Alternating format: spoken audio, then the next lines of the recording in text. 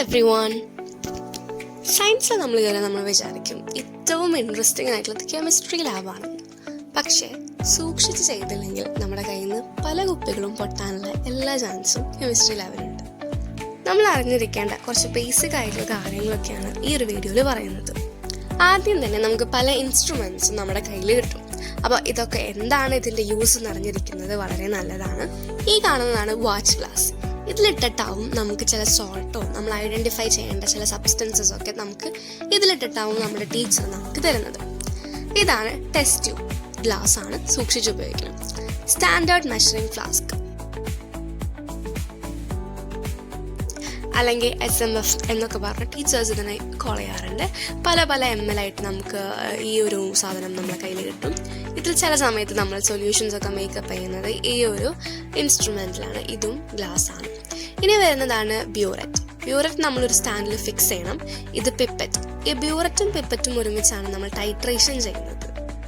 Burette നമ്മളതിൻ്റെ സ്റ്റാൻഡിൽ fix ചെയ്തിട്ട് നമ്മളൊരു കോണിക്കൽ ഫ്ലാസ്കിൽ നമ്മുടെ സൊല്യൂഷൻസ് വെച്ച് നമ്മൾ പിപ്പറ്റ് ഉപയോഗിച്ച് നമ്മളതിൻ്റെ സൊല്യൂഷൻസ് ഇതിൻ്റെ ഉള്ളിൽ നിന്നെടുത്ത് പുറത്ത് കളയാനോ അതിലേക്ക് ആഡ് ചെയ്യാനോ ഒക്കെ നമ്മൾ യൂസ് ചെയ്യാറുണ്ട്. അതിൻ്റെ കൂടുതൽ ഡീറ്റെയിൽസ് നമ്മൾ എക്സ്പെരിമെൻറ്റ് ചെയ്യുമ്പോൾ ടീച്ചേഴ്സ് പറഞ്ഞു തരും. ഇത് നമ്മൾ ബേസിക് ആയിട്ട് അറിഞ്ഞിരിക്കേണ്ട കുറച്ച് കാര്യങ്ങളാണ്.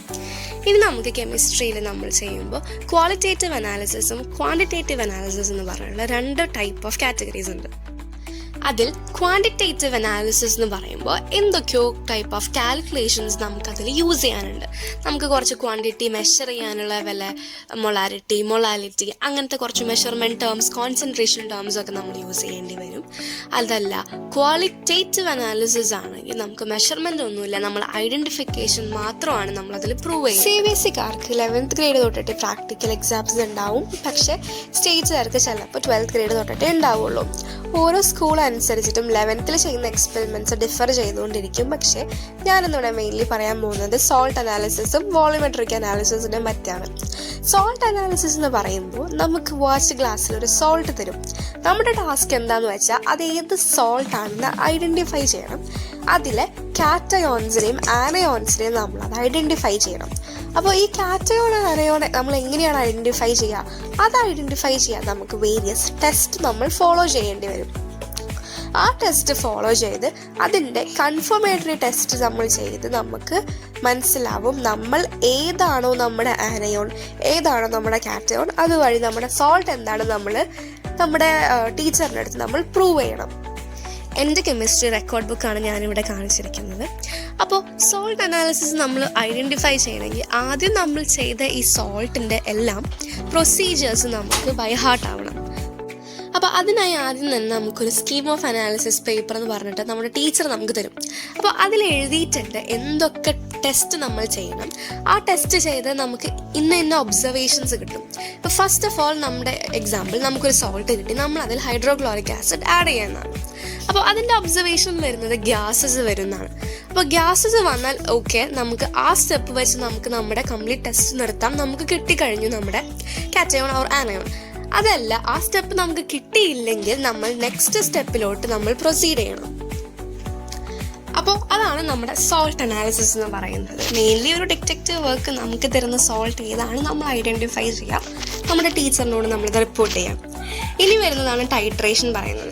ടൈട്രേഷൻ നമ്മൾ ഈ പിപ്പറ്റും ബ്യൂററ്റും ഉപയോഗിച്ച് നമ്മൾ കുറച്ച് മോർ സോൾട്ട് മെഷർ ചെയ്ത് അതൊരു സൊല്യൂഷൻ ഉണ്ടാക്കി അതിലേക്ക് നമ്മൾ drop by drop KMN of ലാബിൻ്റെ ഫസ്റ്റ് ഡേ എല്ലാവരെയും എന്തെങ്കിലുമൊക്കെ ഗ്ലാസ് താഴെ വീണ് പൊട്ടിയിട്ടുണ്ടാവും. എനിക്ക് തന്നെ കെമിസ്ട്രി ലാബ് അവസാനത്തെ എക്സാം വരെ മര്യാദയ്ക്ക് ചെയ്യാൻ പറ്റിയിരുന്നില്ല. ചീത്ത കേട്ട് അവസാനത്തെ എക്സാം ആയപ്പോൾ വാശിയായി, എന്തായാലും ഇത് ചെയ്യണം, കറക്റ്റായിട്ട് ചെയ്യണം. അങ്ങനെ അവസാനത്തെ എക്സാം ആയപ്പോൾ വലിയ കുഴപ്പം. പിന്നെ ശ്രദ്ധിക്കേണ്ടത്, ഞങ്ങൾ 9th ഗ്രേഡിൽ പഠിച്ചൊരു കെമിസ്ട്രി ടീച്ചർ പറഞ്ഞൊരു ട്രിക്കായിരുന്നു പൗ എന്നുള്ളത്. അതായത് പോർ ആസിഡ് ടു വാട്ടർ. ഒരിക്കലും ആസിഡിൽ നമ്മൾ വെള്ളം ഒഴിക്കരുത്, വെള്ളത്തിൽ വേണം നമ്മൾ ആസിഡ് ഒഴിക്കാൻ. That is A very important point. അല്ലെങ്കിൽ നിങ്ങൾക്ക് നാശനഷ്ടങ്ങൾ ഉണ്ടാവുന്നതാണ്. ഓക്കെ, പിന്നെ നമ്മൾ കെമിസ്ട്രി ലാബിൽ ശ്രദ്ധിക്കേണ്ടത് മുടി എപ്പോഴും ബാക്കിലോട്ട് ഇടുക, അല്ലെങ്കിൽ ഫ്രണ്ടിൽ നമ്മൾ ഹീറ്റ് ചെയ്യുമ്പോൾ കത്തി പിടിക്കാൻ ചാൻസസ് ഉണ്ട്. ഫൈനൽ എക്സാമിന് നമുക്ക് എങ്ങനെയാണ് തരാമെന്ന് വെച്ചാൽ നമുക്ക് വാഷ് ഗ്ലാസ്സിൽ ഒരു സോൾട്ട് തരും, ഒരു നമ്പറും ഉണ്ടാവും ആ സോൾട്ടിൻ്റെ. നമ്മൾക്ക് പേപ്പർ കിട്ടിയ ശേഷം നമ്മൾ കംപ്ലീറ്റ് ആയിട്ട് നമ്മൾ പ്രൊസീജിയറും എല്ലാത്തിൻ്റെയും കംപ്ലീറ്റ് പ്രൊസീജിയർ നമ്മൾ എഴുതണം. എന്നിട്ട് നമ്മൾ നമ്മുടെ ടെസ്റ്റ് ചെയ്തിട്ട് ഏതാണോ നമുക്ക് കിട്ടിയ കാറ്റയോൺ, ഏതാണോ നമുക്ക് കിട്ടിയ ആനയോൺ, അതിൻ്റെ കൺഫർമേറ്ററി ടെസ്റ്റ് നമ്മൾ എഴുതുക. അത്രയേ ഉള്ളൂ.